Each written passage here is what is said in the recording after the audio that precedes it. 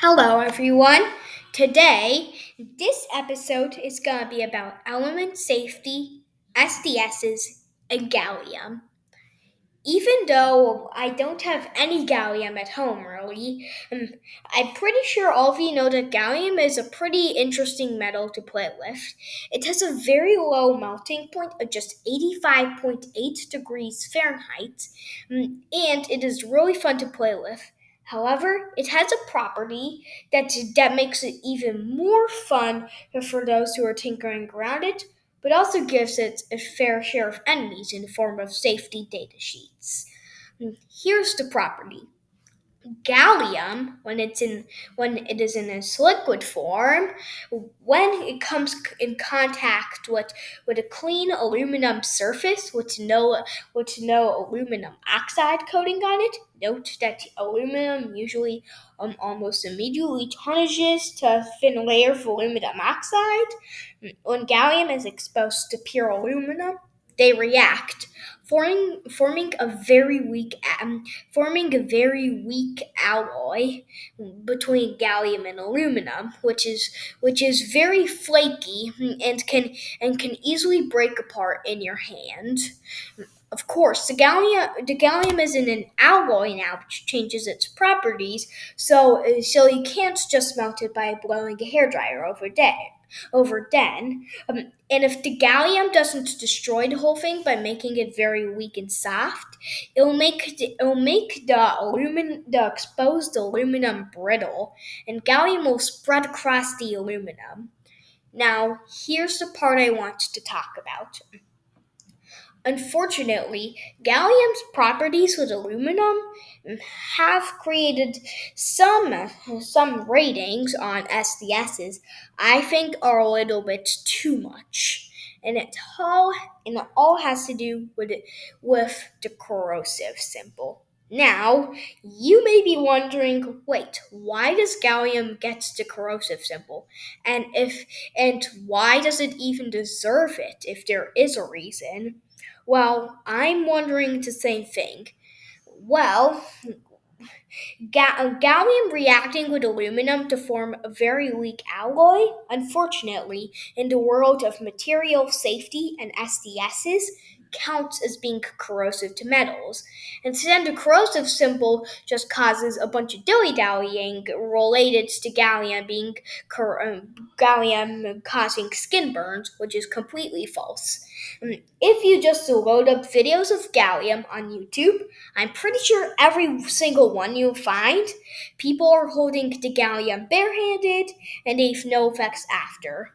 And they say in the end, you can just wash off the gallium with some warm soap and water, which is completely correct. However, again, gallium versus aluminum leads to a lot of enemies of gallium. Here, I have a bunch of SDSs, and like I have one, two, three, four, five, six, seven, eight SDSs, along with the PubChem page for gallium. First of all, let's look at our first SDS, which is a Fisher Science. No, not Fisher Science, Thermo Fisher Scientific. Sorry, got that wrong. Now, this document was created in the 22nd of September 2009, and its last revision date as of this document was Christmas of 2021. Its revision number is 6. And of course, it's a safety data sheet. But we don't have to point that out because they all are SDSs. Now, let's look at this. Product number gallium.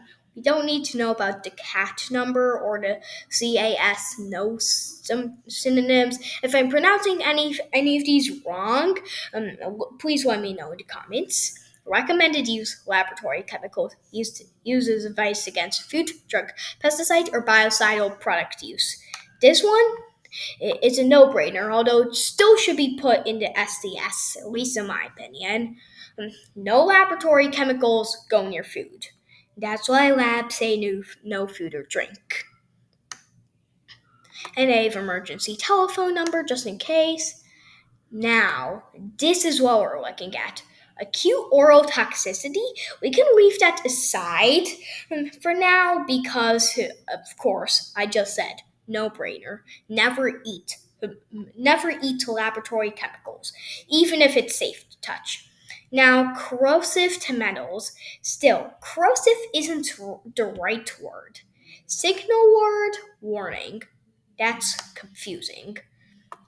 Now, this, whoops, this is the sign that causes trouble because this sign imposes that it's not only corrosive to materials, it's corrosive to organic matter, and it also creates a bunch of dilly dallying as created by this as signaled by this irritation symbol here, which is there for some reasons.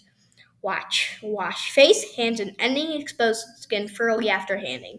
No need for face, and you can just quickly wash your hands and maybe any exposed skin.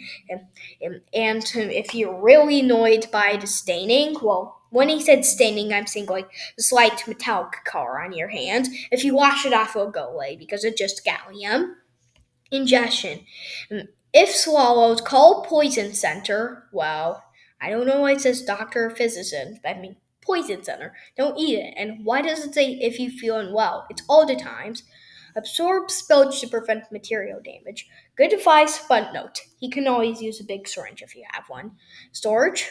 Correct, but polypropylene. Why do you need that? And harmful to aquatic life with long lasting effects. No brainer. Don't leak laboratory chemicals into the environment. Now, skin contact, wash off immediately for plenty of water for at least 15 minutes. Seriously? If skin irritation persists, call physician? Seriously? Gallium doesn't gallium doesn't cause like gallium doesn't cause skin irritation. How many times do I have to say that? I'll probably say that a million more times during this video. Obviously, eye contact, okay. Ingestion, definitely keep that.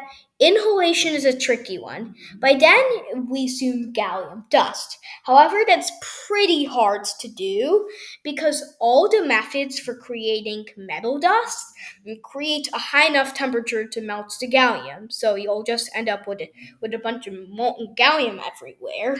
And obviously, gallium vaporizes at around the melting temperature of, I think, carbon, like around 4,500 degrees of Celsius. And obviously, that would cause severe skin burns if it comes in contact with your skin. So, anyways, inhalation sort of depends. And this is all the data.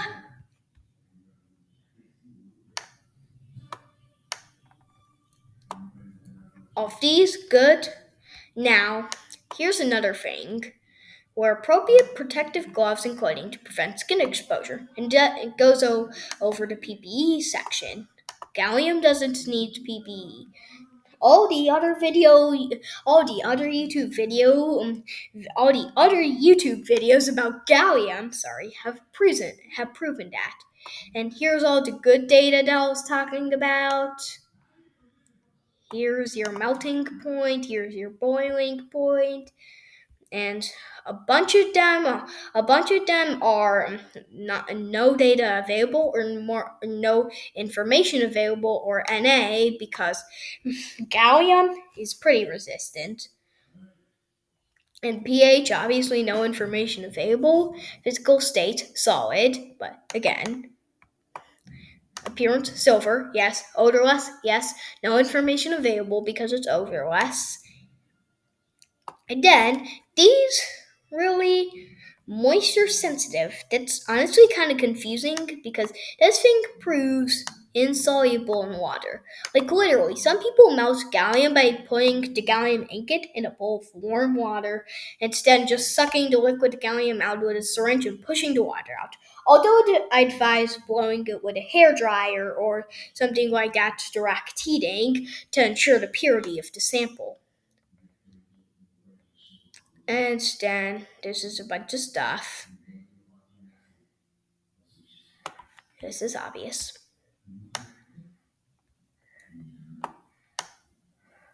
And that's it. Now, on to the next one. This one is a bit funky because it just shows this image giant like this as if it's been posted on the web. But again, misnomer.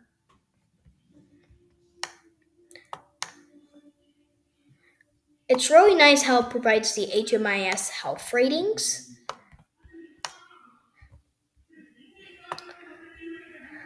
And then chemical categorization, metal, correct.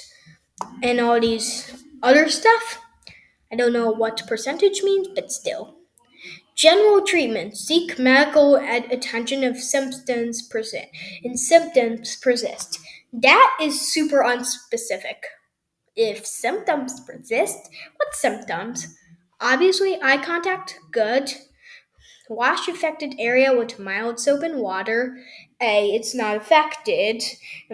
B, it is advisable to brush it off, but still, you only have to do it vigorously if it's really staying on your skin. Again, it won't do harm, but it's just annoying to have gallium on your skin all the time, obviously. Remove any contaminated clothing.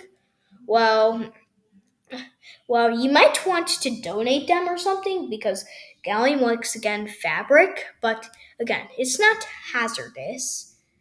Ingestion, seek medical attention, obviously.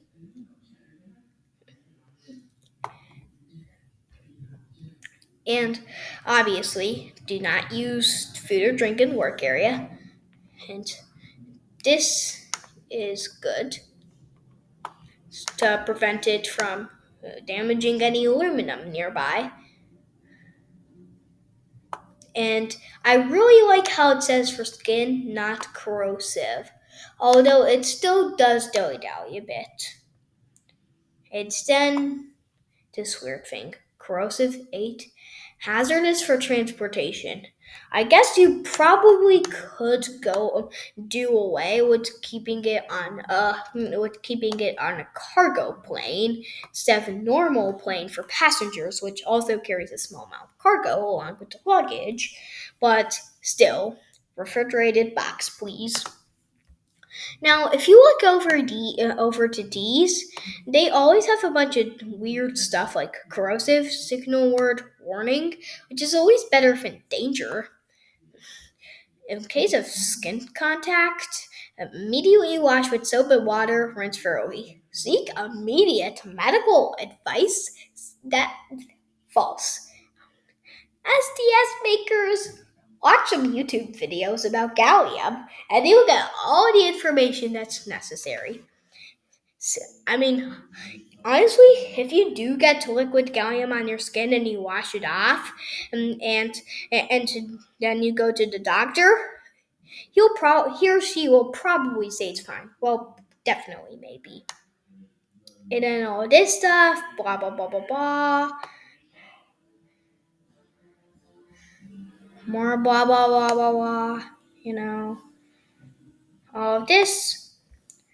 For some reason, it says you need PPE. Eh. Why does it go dilly-dallying on gloves? And then this is something from one of the major manufacturers, Sigma Aldrich. And then it shows corrosive and irritant. Again, misonomers.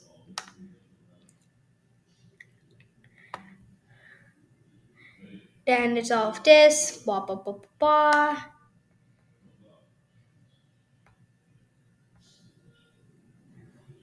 And you can see how much is there. It's just a bunch of stuff. Now,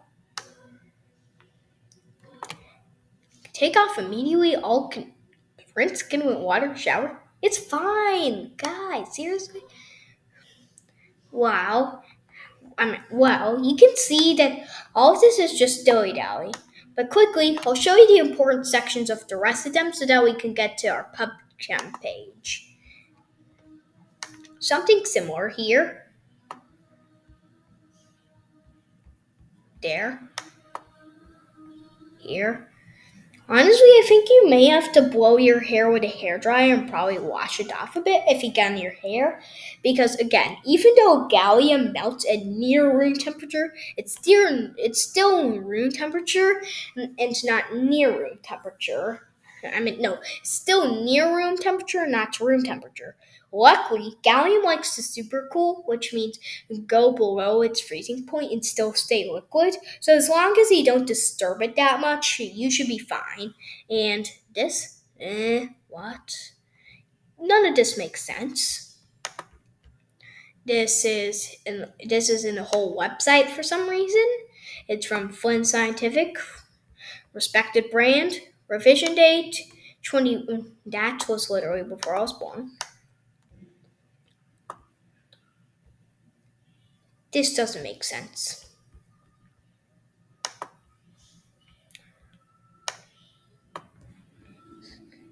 May be harmful if absorbed through the skin. Well, no. Gallium doesn't get absorbed through the skin. Causes skin irritation. Wrong. May cause contact dermatitis. Even wronger. Just watch some videos. And then here's another one from Sigma Aldrich. This one was updated a year before I was printed somehow. Version 3.3, also from Sigma Aldrich, but this looks weird.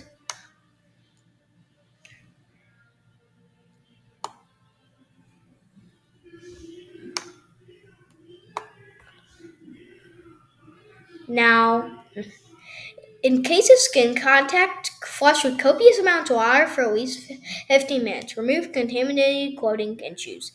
And too much. And also, even worse, the meaning of copious is this: large in quantity, abundant.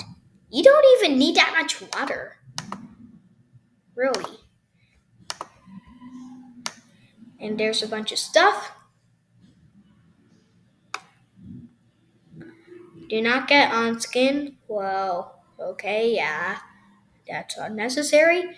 Try not to get it on clothing. It's not because it's an irritant, but again, gallium is a liquid. Well, near the room temperature, it's a liquid. On a hot day, it will still be a liquid. And fabric soaks liquid. And it'll be really hard to get in, as I said earlier. Skin contact causes burns. Wrong. Skin absorption may be harmful if it absorbs through the skin. Doesn't do that. Okay, now it's time for the PubChem Gallium page.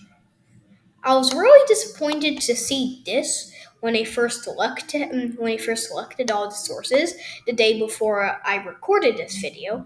And this is an official website of the United States government. It's Gov, and this pop-up shows it up, and it pops up this whole thing here. Obviously, you're not sharing personal information. It is corrosive to aluminum. Yes, but unfortunately, at least in my opinion, that's what causes the misomer.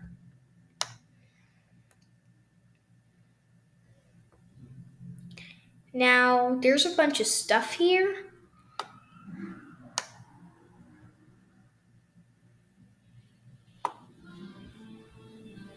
and gallium is very corrosive to most metals, but that's 500 to 100 degrees Celsius. No place on Earth is that hot. Earth would be a steam planet if it was.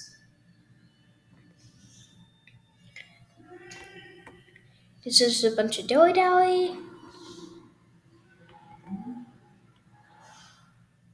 And if you can see here, uh, here it it does have some helpful information about gallium and its discovery. Its previous name was eco-aluminum, and if exposed to high temperatures, gallium may emit toxic fumes which may form a corrosive alkaline solution with water, sort of like sodium, but at higher temperatures. See, high temperatures. And anyways, at room temperature, as I stated earlier, gallium is insoluble with water. So that's it for today. We really, if we are to really stay safe from bad metals, we really got to understand what is necessary and what is unnecessary. With citizen science, we can all go together. Sometimes, when you're faced with a scary chemical, the only good option is to trust an SDS. But here, I hope you can understand how sometimes SDS is just like to dilly dally, and you should trust your common sense. Bye, and probably stay away from some liquid nitrogen. Get off my lab, liquid nitrogen. Bye.